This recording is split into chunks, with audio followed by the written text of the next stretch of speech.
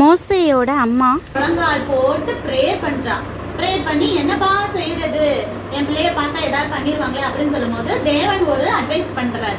நம்மளுக்கு எந்த சூழ்நிலையா இருந்தாலும் நான் சொல்லியிருக்கிறேன், நம்மளுடைய அட்வைஸ் படி பார்த்தோம்னா ஒரு வழியுமே தெரியாது, சரியா? ஆனா தேவனுக்கு தெரியாத வழியே இல்லை. ஏன்னா இப்ப எல்லாருமே பிறந்த குழந்தை என்னதான் செஞ்சாங்கன்னு அவங்கள்ட்ட கொடுத்துதான் ஆகணும், கொண்டுதான் செய்வாங்க. வழி எதுவும் இருக்கா தப்பிக்கிறதுக்கு? ஆனா தேவன் மோசையோட அம்மாவுக்கு ஒரு வழி சொல்லித்தராரு. ஏன்னா மோசை பெரிய தீர்க்கதரிசியா தேவனால தேர்ந்தெடுக்கப்பட்டவர். அப்ப அவரை கொல்ல விடுவாரா தேவன்? விட மாட்டாரு. அப்ப அவங்க அம்மாட்ட என்ன சொல்றாருன்னா, நான் சொல்றபடி செய்ய அப்படின்னு சொல்றாங்க. அவங்க அம்மாவும் செய்யறாங்க. என்ன செய்யறாங்கன்னா, ஒரு நாணல் பெட்டி, அந்த காலத்துல கூட மாதிரி பெரிய பெட்டியா எடுத்து அதுல ஹோல்லாம் இருக்கும்.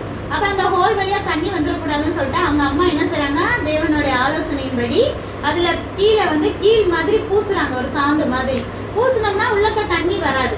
அப்ப அந்த பெட்டி இருக்குது இல்லையா, நல்ல பெரிய பாக்ஸ், அதுக்குள்ள உள்ளக்க டவல்லாம் விரிச்சு, குழந்தைக்கு குத்தாம இருக்கணும்ல மேலு, நல்ல சாஃப்டா, அதனால அந்த ஒரு நல்ல டவல்லாம் விரிச்சு குழந்தைய அதுல படுக்க வைக்கிறா.